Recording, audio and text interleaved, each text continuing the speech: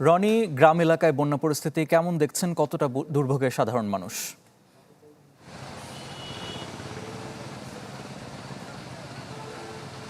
আরেফিন, গ্রাম এলাকারও একই অবস্থা। সেখানেও সাধারণ মানুষটা আসলে খুব দুর্ভোগে রয়েছে।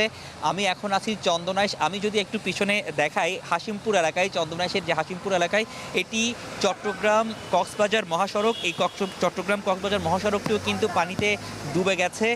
এখানে যানবাহন চলাচলও কিন্তু ব্যাহত হচ্ছে।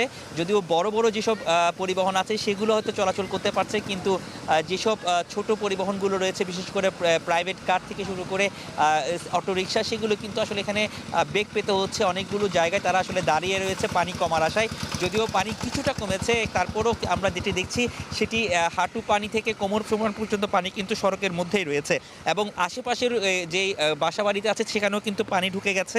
এবং বিশেষ করে চন্দনাইশের ধোপাচড়া ইউনিয়নের 3টে ওয়ার্ড, সাতবাড়িয়া ও বরকল ইউনিয়নের 2টি ওয়ার্ড, দোহাজারির দিকে দিয়াকুল ওয়ার্ড এবং খগাছড়া ওয়ার্ড, এইগুলোতে পানি আসলে জমে গেছে। এবং এই কারণে মানুষের এখানে কিন্তু দুর্ভোগ পোহাতে হচ্ছে।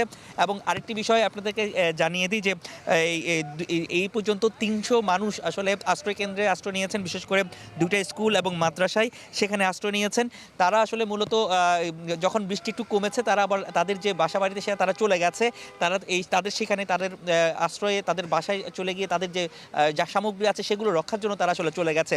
তো সার্বিকভাবে বলা চলে, উপজেলা নির্বাহী কর্মকর্তা তিনি জানিয়েছেন, আব্দুর রহমান, তিনি কিন্তু আমাদেরকে জানিয়েছেন তারা চেষ্টা করছেন মানুষের যে দুর্ভোগ সেটি কমানোর জন্য। আপনি দেখতে পাচ্ছেন এখানে যে মাঝখানে যে গাড়ি, সেই গাড়িটি কিন্তু আটকে গেছে। এরকম অনেকগুলো গাড়ি কিন্তু এখানে আটকে যাচ্ছে এবং যান চলাচলের ব্যাহত হচ্ছে।